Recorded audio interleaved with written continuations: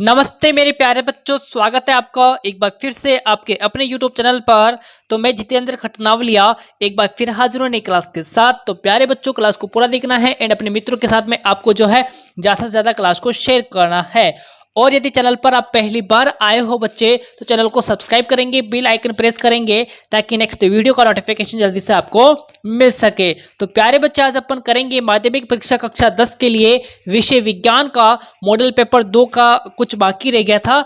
तो model paper 2 के अंतर्गत अपन पार्ट 1 के अंदर जो देखा था, बहुविकल्पात्मक प्रश्न अपन ने हल किए थे। ठीक है, बहुविकल्पात्मक प्रश्न के अंदर जो है अपन ने रिक्त स्थान की पूर्ति वाले प्रश्न देखे थे और अपन ने जो है अति लघुतरात्मक प्रश्न सोल्व किए थे। ठीक है, तो आज अपन करेंगे लघुतरात्मक प्रश्न का सोल्व। ठीक है, तो लघुतरात्मक प्रश्न के सोल्व आज अपन करने वाले हैं। ओके, तो ये क्वेश्चंस जो है आपके बोर्ड एग्जाम के लिए बहुत ही महत्वपूर्ण रहेंगे। ठीक है, तो क्लास को शेयर करना है एंड प्यारा सा कमेंट भी आपको करके जाना है लास्ट के अंदर। ठीक है, तो आइए बिना समय गंवाए क्लास को स्टार्ट करते हैं। भाई, खंड बे है आपका, खंड ए अपन ने देख लिया था। ठीक है, अब खंड आज जो है अपन खंड बे करेंगे। ठीक है, जिसके अंतर्गत करने वाले हैं अपन लघुतरात्मक प्रश्न का सोल्व। ओके, तो देखो भाई, लघुतरात्मक प्रश्न आपका है यहाँ पर।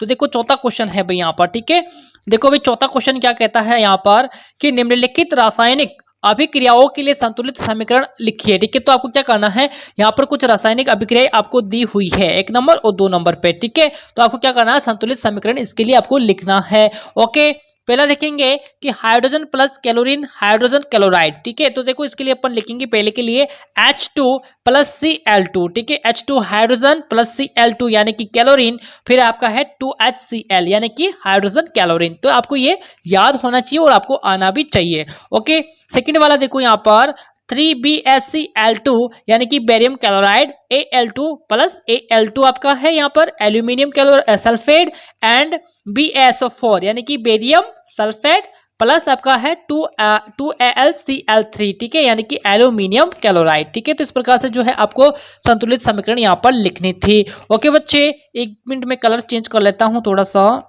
ये वाला बेस्ट है क्या? ये वाला बेस्ट नहीं है भाई, ये वाला कलर देखते हैं एक बार।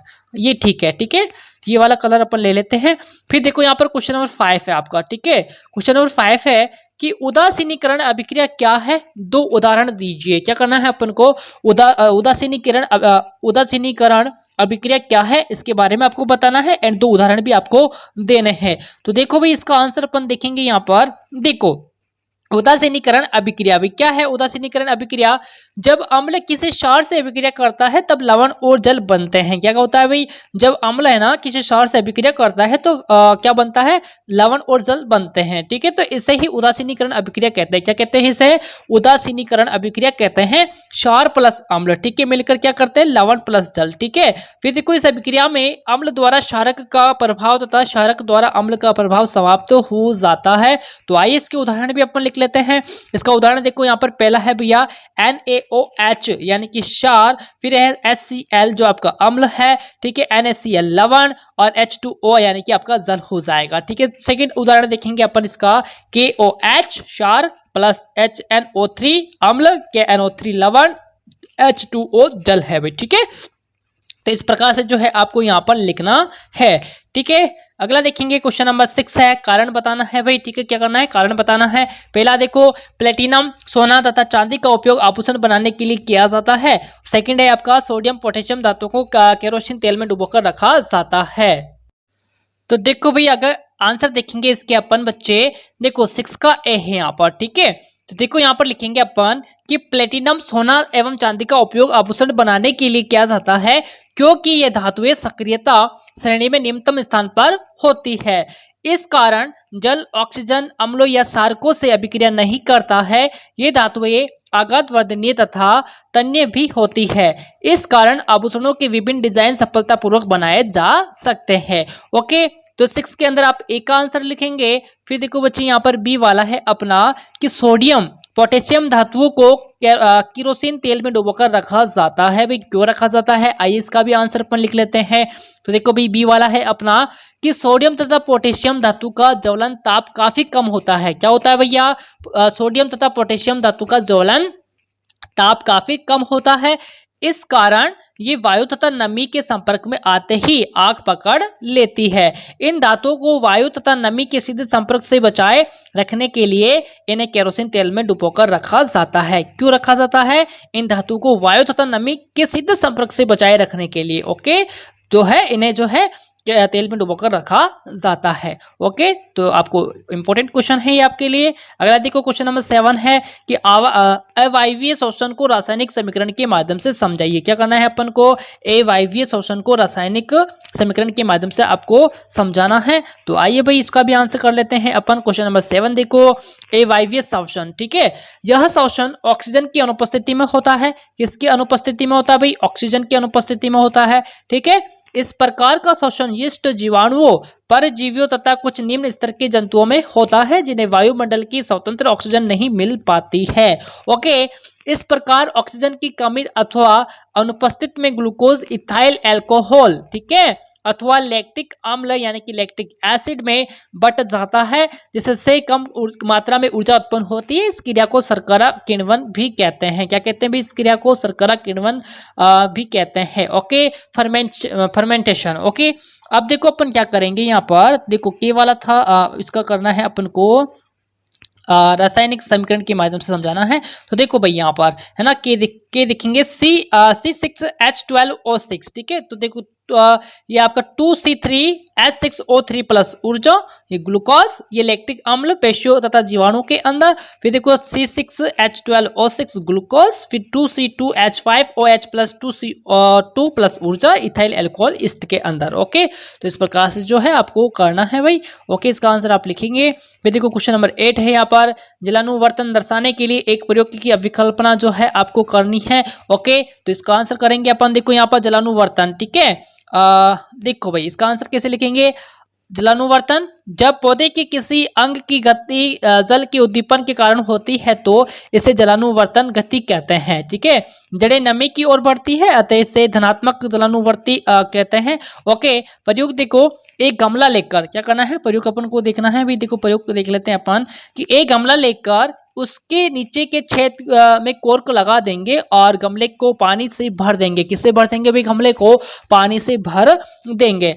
अब इसे बुरादा भरे एक बड़े बर्तन में रखते हैं तथा बुरादे में गमले से कुछ दूरी पर बीज बो देते हैं। हम देखते हैं कि कॉर्क द्वारा धीरे धीरे बुरादे में पानी जाता है जिससे बीज अंकुरित होने लगते हैं। ठीक है, तो अंकुरित होते हुए बीज की जड़ें गुरुत्वाकर्षण के प्रभाव के विपरीत जल स्रोत की तरफ वृद्धि करती है। अतः स्पष्ट है कि जड़ें जलानुवर्तन गति प्रदर्शित करती है। ओके, यहाँ पर एक चित्र है भाई, चित्र जलानुवर्तन का प्रदर्शन। यहाँ पर चित्र दे रखा है, आपको चित्र भी बनाना आना चाहिए। देखो लकड़ी का बुरादा आपका है, ठीक है, फिर ये गमला है आपका, फिर यहाँ पर पानी देखो, फिर अंकुरित बीज यहाँ पर हो रहे हैं भाई। ठीक है, तो इस प्रकार से चित्र की प्रैक्टिस भी आपको होनी चाहिए। प्रश्न संख्या 9 देखेंगे कि अमीबा में द्विखंडन विधि का सचित्र वर्णन कीजिए। आइए भी इसका भी वर्णन कर लेते हैं अपन। द्विखंडन विधि का सचित्र वर्णन कर लेते हैं, तो आइए इसका भी करते हैं अपन। तो देखिएगा भाई, आगे देखें, देखो भाई 9 का आंसर करेंगे कि यह अलैंगिक जनन की सबसे सामान्य व सरल विधि है। क्या है?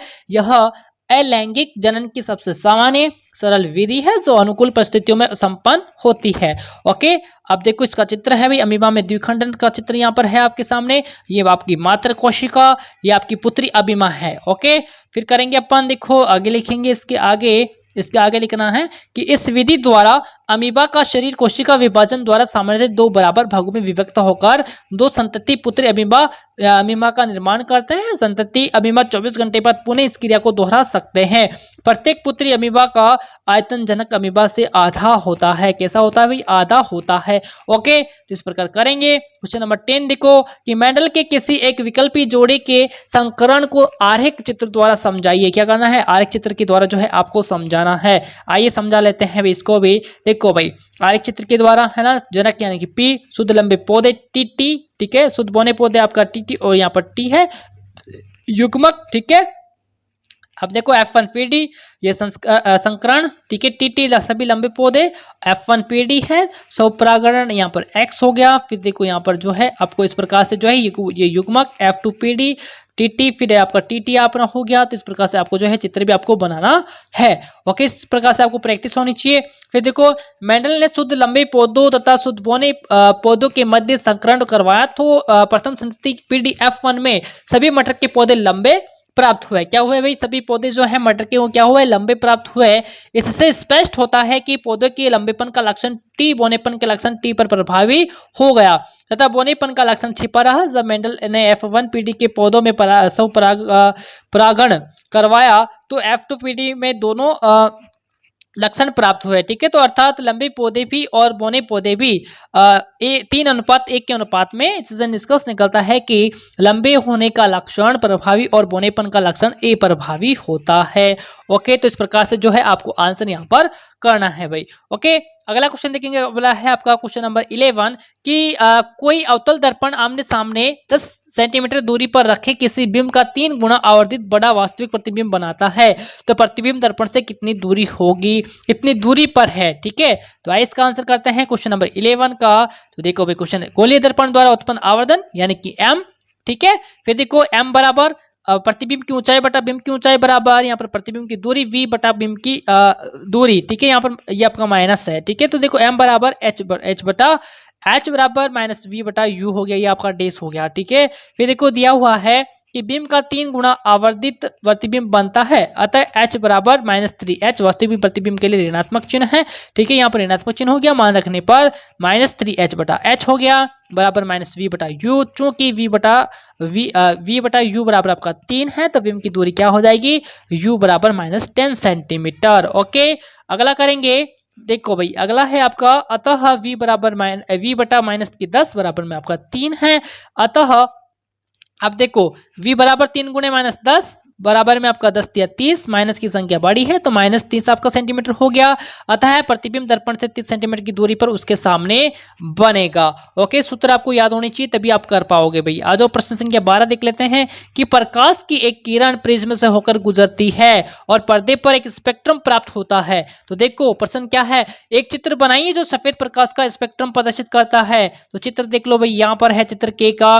तो ये श्वेत प्रकाश पुंज है भाई, कांच का प्रिज्म है। ओके, तो इस प्रकार श्वेत प्रकाश का स्पेक्ट्रम विबग्योर। ठीक है, यानी कि इंद्रधनुष के साथ कलर अपन पढ़े हैं ना, तो विबग्योर उसकी ट्रिक है भाई। ठीक है, तो ये भी आपको याद होना चाहिए, इस प्रकार का चित्र आपको बनाना आना चाहिए। ओके, फिर है भाई आपका खे वाला कि स्पेक्ट्रम के 7 रंगों का क्रम नाम बताइए। आपको क्रम से जो है स्पेक्ट्रम के 7 रंगों के नाम आपको बताने हैं। तो देखो भैया, ऊपर से नीचे की ओर देखेंगे तो सबसे पहले लाल है, फिर नारंगी, फिर पीला, फिर हरा, फिर नीला, फिर जामुनी, फिर और आपका आता है बैंगनी। ठीक है, ये वाला देखो स्पेक्ट्रम के किस रंग का विचलन सबसे अधिक वे किसका सबसे कम होता है। तो देखो भाई, सबसे अधिक विचलन तो आपका बैंगनी कलर, ठीक है, यानी कि बैंगनी रंग, एवं सबसे कम विचलन जो होता है वो लाल रंग का होता है। ओके, इंपॉर्टेंट क्वेश्चन है आपके लिए। ओके बच्चा, अगला देखिए क्वेश्चन नंबर 12 है आपका, तो ये हो गया था। अब देखो 13, क्वेश्चन नंबर 13 है भाई। ठीक है, देखो घरेलू विद्युत परिपथों में अति भारण से बचाव के लिए क्या सावधानी बरतनी चाहिए। बताओ भाई क्या क्या सावधानी यहाँ पर बरतनी चाहिए।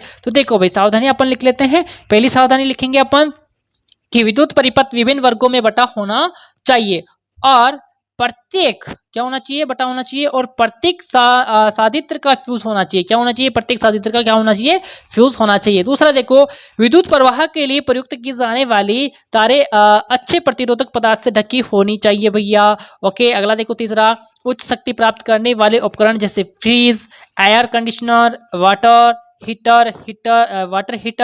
हीटर आदि एक साथ प्रयोग नहीं करना चाहिए। ठीक है, एक साथ प्रयोग करेंगे तो अच्छा नहीं होगा। देखो यहाँ पर चौथा, एक ही सॉकेट से बहुत से अधिक साधित्रों का प्रयोग नहीं करना चाहिए भैया। ओके, तो बच्चे आज अपन इतना ही करेंगे। तो आज अपन ने देखा है लघुत्रात्मक प्रश्नों का सोल्व। ठीक है, तो मॉडल पेपर 2 के अंतर्गत कुछ बाकी रह गया था, तो आज अपन ने यहाँ पर किया है अति लघुत्रात्मक प्रश्न। ठीक है, तो ये प्रश्न जो है आपके लिए बहुत ही महत्वपूर्ण रहेंगे एग्जाम के लिए, तो क्लास को शेयर करेंगे एंड प्यारा सा कमेंट भी आपको करना है। ठीक है, इसको एक बार वापस देखना है आपको ताकि अच्छे से समझ में आ जाए। ठीक है, तो बच्चे चैनल को सब्सक्राइब करेंगे, लाइक भी आपको करके जाना है। ठीक है ना, तो मिलेंगे अपन नेक्स्ट वीडियो के अंदर बहुत जल्दी से।